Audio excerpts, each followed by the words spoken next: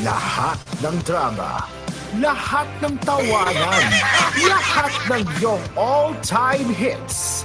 Ang tanging huntahan ng Masang Lamaw. Number 1 sa Mega Manila, nationwide pa. Broadcasting from TGON, TVH Group of Networks. Dito lang sa inyong iisang himpilan. Cool FM.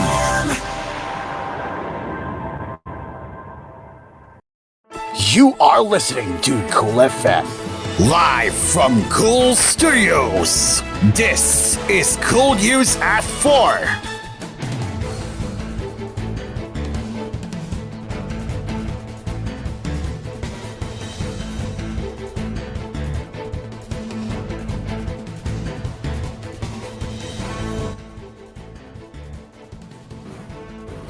Good afternoon, and this is Cool News at 4. We apologize that we started a little bit late for today's newscast as the technical team was still preparing to get the news ready.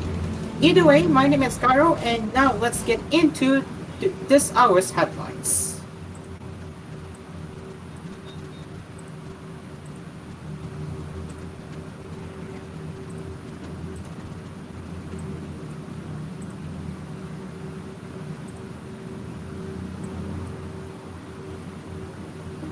Alright, so let me, I'm initially unprepared, but we will get into that right now. So, one moment.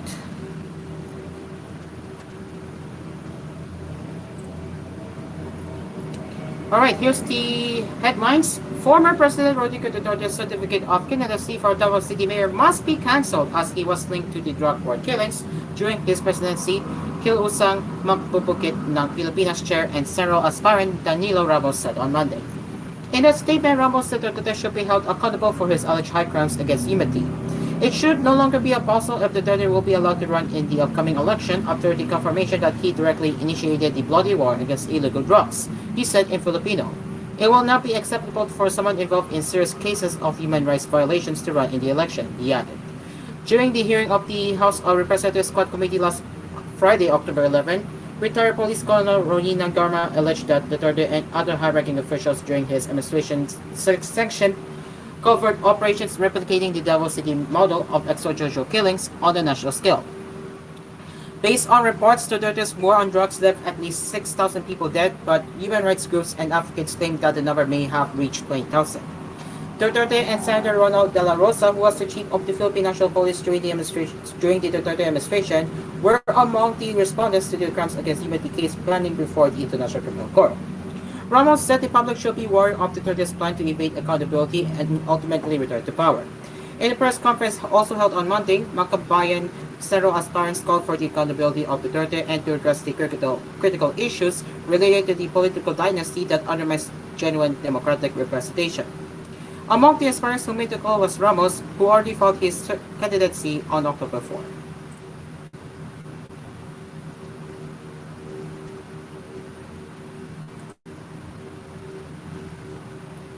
The Philippines will not rejoin the International Criminal Court, Executive Secretary Lucas Bersamin said on Monday. Bersamin made this statement amid calls for President Ferdinand Marcos Jr. to submit the recent House Quadcom investigation findings, including retired Police Colonel Ronina Garma's exposed to the ICC as part of its case built up on crimes against humanity allegedly committed during former President Rodrigo Duterte's bloody war on drugs. During the investigation, Garma dropped a bombshell that Duterte allegedly offered cash rewards for every drug suspect killed in his administration's war on drugs. The Philippines will not join to the ICC. The Philippines will not return to the ICC, Bersamin told Palace reporters through Viber. Based on this, the president is not expected to change his mind and now refer the Quadcom matter to the ICC, he added. It was the National Union of People's Lawyers that urged Marcos to submit the Quadcom investigation materials to the ICC for inclusion in the prosecution's case built on crimes against humanity committed in the Philippines. The ICC must take cognizance of any material and relevant information about the war on drugs, the NUPL said. It also noted how Garma's testimony established a pattern in the killings and pointed to the most responsibility behind all the incidents. Her statement ties up why all those senseless killings on the ground happened and On another hand, white policemen are complicit and willful participants, it said. Hers is a powerful testament to Duterte's murderous schemes from Davao to the rest of the country that confirms other statements made by insiders as well. It is damning evidence and hopefully the first of many, it added. During Duterte's term and the infamous drug war, government records show that at least 6,200 drug suspects have died in legitimate anti-drug operations. However, many human rights groups claim that the actual number of individuals slain during the drug war can be between 12,000 to 30,000. A University of the Philippines study on July 23, 2021 even revealed that the drug war had killed an estimated 2 people each day.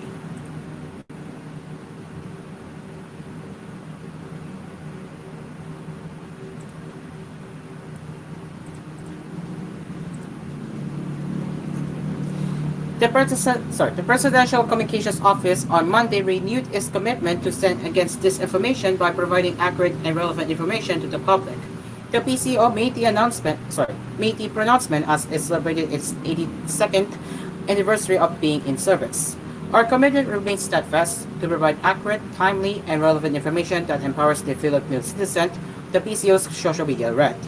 Together, let's foster an informed community that stands against disinformation and strives for a brighter future for the Filipino people, it added. Previously, recently appointed PCO Secretary Cesar Chavez said combating misinformation and disinformation is one of his main priorities. He also stressed that it is not only the government's duty to avoid spreading the misinformation and called on the public to refrain from peddling false information.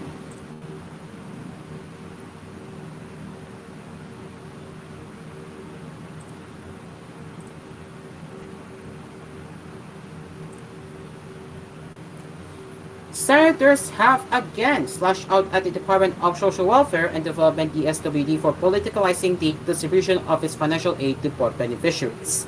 Senator Christopher Bongo brought up the case of Zamboanga City Representative Case Mayor Adan Olaso when the Senate Subcommittee on Finance tackled the proposed 2025 budget of the DSWD on Monday.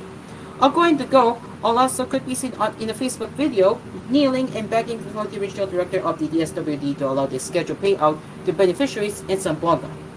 What is the real reason behind this? Has your office now become selective in its choice? Why does a congressman have to beg for the payout to proceed for the indigent beneficiaries? The senator asked. The SWD Secretary Rex Cachillian reiterated that his office was not selective. He noted that the social workers are the ones validating the list of beneficiaries referred to them. When a congressman or any partner provides a referral list, we thoroughly vet it, Cachillian said. In the case of Olaso, he said they informed the congressman ahead of time that the supposed payout schedule will not push through as they were not yet done vetting the list submitted to them. It does not mean, however, there would not be a payout at all, Cachillian pointed out. However, Olaso denied this, saying the payout was scheduled for October 11, but he was only informed that it would no longer push through on October 9, or just a day after he launched his mayoral bid in Zamboanga City. Senator Amy Marcos, who was presiding over the hearing, said this was not the first time this happened, citing the same cancellation of payout schedule for other parts of the country. The DSWD has really been doing a lot of that. Please don't get involved in politics. Even without elections, you're acting more like politicians than we are, Marcos said. She later commented that the DSWD should be held accountable for allowing the office to be used for politics. The DSWD really needs to be held accountable because it keeps on happening and you are being used more as politicians than the actual politicians. That shouldn't be the case, Marcos added. Just last April, Go gave the SWD officials a dressing down also for allegedly being selective in implementing its assistance to individuals in crisis situations program. It is now 4:11 in the afternoon and we will get back into more national, international headlines and showbiz headlines when we return here on koolNews at 4. Stick around with us, we will be right back.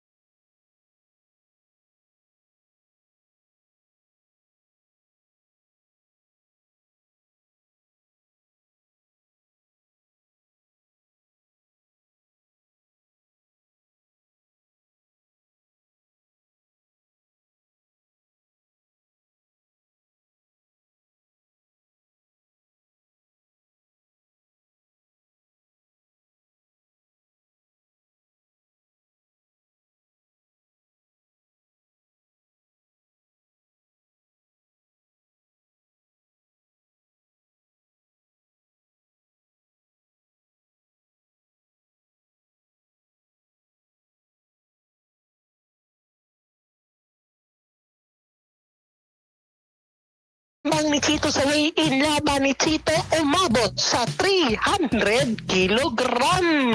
Makichismis, So, anong say mo? Tirik sa Mix Channel. Cheat, cheat, cheat, cheat. Next ga.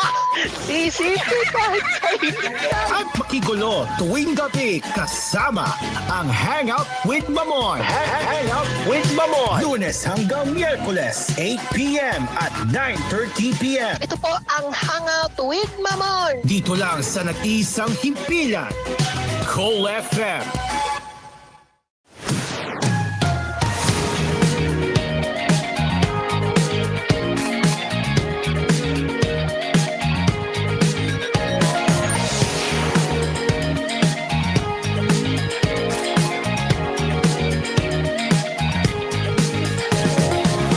A better mix of music.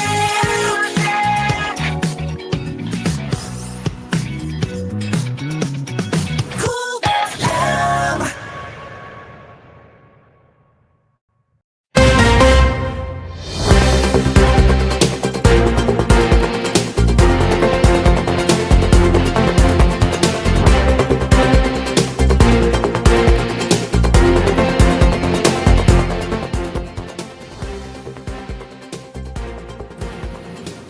Welcome back to koolNews at 4. Let's continue with the headlines.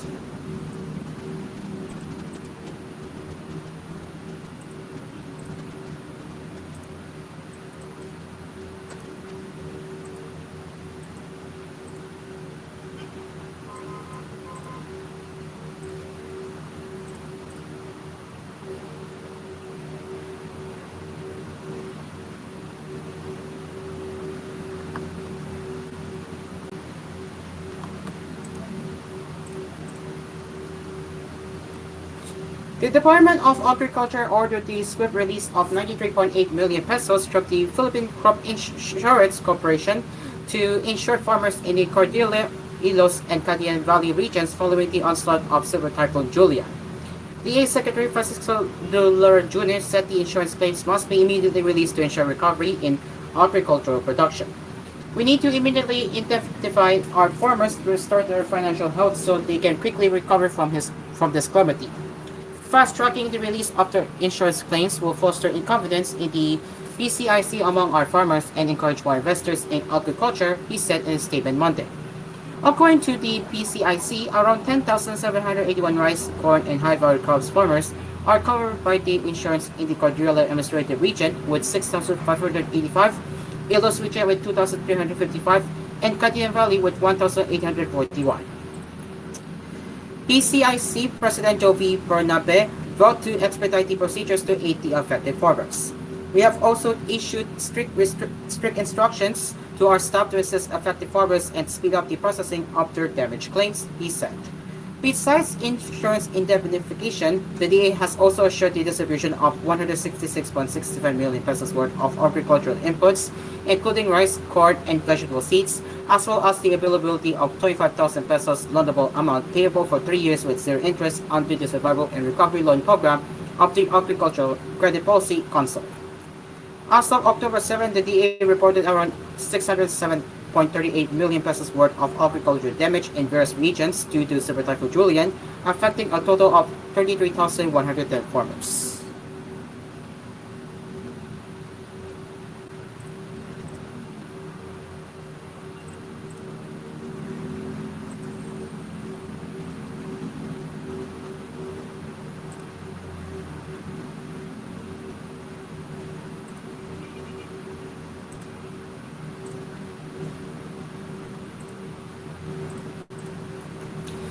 And an ethics complaint has been filed against several aspirant and Agri Party List Representative Wilbur Lee over his reported aggressive actions during the proposed 2025 national budget deliberations. The case refers particularly to the confrontation between him and two female illustrators. Marikina 2nd District Representative Stella Quimbo and BHW Party List Representative Angelica Natasha co-filed the complaint against Lee on Monday. They submitted documents before the House of Representatives Committee on Ethics and Privileges. According to Quimbo, she and co filed the complaint as they felt threatened when Lee aggressively came up to them while they were defending the Department of Health budget at the plenary on September 25. We jointly filed a complaint before the Committee on Ethics against Representative Lippert Lee for improper conduct during the budget hearing last September 25, Wimbo revealed. So this is the DOH budget hearing. We were subjects of his acts of aggression, she said. From my perspective, his actions, particularly his moving forward with his hand and eye movement, were an attempt to assault, she narrated. My instinct was to duck behind the podium for my own safety. I felt physically threatened. I also saw Representative Cole's confusion during the situation, she recalled. During the preliminary debates on September 25, Lee grabbed headlines as he took the microphone from Senator Deputy Minority Leader and Northern Summer 1st District Representative Bob Dasa. At the time, Dasa was moving to terminate the deliberations since no minority leader wanted to ask questions about DOH's budget. However, Co revealed on October 2 that they had urged the House Committee on Ethics and Privileges to investigate Lee's actions. The lawmaker said the public only saw Lee take Dasa's microphone and not his threats against her and Quimpo. According to Co, Lee aggressively came up to her and House Appropriations Panel Senior Vice Chair and Marikina 2nd District Representative Stella Quimpo, allegedly demanding that he be allowed to speak or else he would stage a commotion. Co further said Quimpo would even duck behind the podium out of fear that Lee might assault her. He was very near us that we feared his presence. In fact, Stella went around me and she ducked behind the podium, Co said on October 2. It was not seen on camera because what can be seen in the camera was like myself, maybe half of me, just my face. So what was happening on my right hand side cannot be seen, she went on. He was very near me to the point that even I was not sure if I will run because he was very near us. I do not know if he will assault Constella, and so we were very bothered. I do not know where his anger came from, she added. Quimbo said Lee had not apologized to her personally even 2 weeks after the incident occurred. Instead, Quimbo said Lee wrote a letter to the House Committee on Appropriations Chairperson and Acapulco Party List Representative Elise Sadi Co. What date is it today? October 14? But this incident happened last September 25. We did not receive any apology, Quimbo said. As far as I know, he has submitted a written letter of apology to Chairman Elise Sadi Co. as the Appropriations Committee head, she noted. He mentioned something about a behavior not warranted, saying that it is because of his sense of duty and that he is just very passionate about his advocacy of changing DOH and Philippine Health Insurance Corporation, she added. However, Quimpo clarified that one does not have to be violent about it. I'm not bragging, but I have been a health economist since 1991. I have been also advocating for health sector reforms, the lawmaker told reporters. I was the research assistant for the law that created the PhilHealth, and my PhD dissertation was about PhilHealth. I have many international publications, and you can see that at Google Scholar on PhilHealth, she said. I became a full professor in UP because of my publications on PhilHealth. I became a professional chair at the Dutch royal family because of work of PhilHealth, she continued. So honestly, Representative Lee and I are not far off in terms of our advocacy. We're allies here in our sense of duty, but never was it and never an excuse for me to be violent, she emphasized.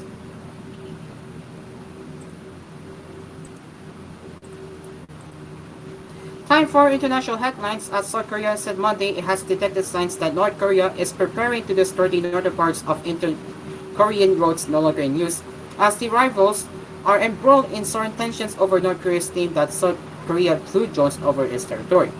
Destroying the roads would be in line with leader Kim Jong-un's push to cut off ties with South Korea, firmly cemented as his country's principal enemy and above the North's decades-long objective to seek a peaceful Korean unification. South Korea's military said Monday that it was observing various activities in North Korea that appear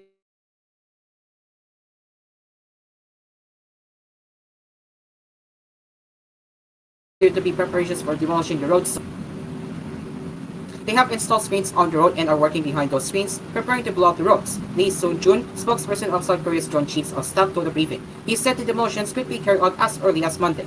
Lee said that the South Korean military believes that the North could also attempt to launch a space rocket, which is viewed by the UN as a banned test of long-range missile technology.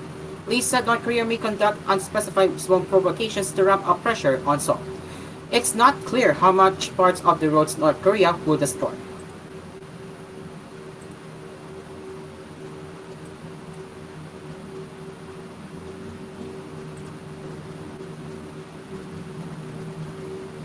Give me one moment.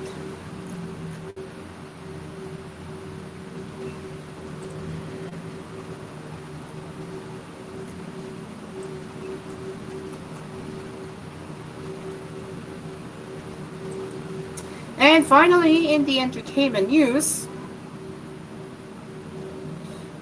Lenny returns to the Philippines with a beautiful blonde wolf tour, sets record with 3 nights in Cebu. Since their debut in 2015, the pop rock duo Lenny, consisting of Paul Killen and Jake Goss, has made waves in the music industry with their signature sound, blending introspective lyrics and synth-heavy riffs. Lenny, with a dedicated following of millennials and Gen Zs, has transcended the competitive Los Angeles music scene to become a multi-platinum sensation, performing to sold-out arenas worldwide. Having performed in the Philippines on numerous occasions, it's no surprise then that Lenny is again including the country in its ongoing world tour, dubbed it a beautiful blur. The band will perform at the Philippine Arena on October 12 and at the Waterfront Cebu Hotel and Casino from October 13 to 15. Lenny's concert in the Philippines, particularly in Cebu, are very much in line with the TVB's mandate to market and promote the Philippines domestically and internationally as a world-class tourism and MICE destination in strategic partnership with private and public stakeholders to deliver a unique high-value experience for visitors, significantly contributing to increased arrivals, receipts, and investments to the country.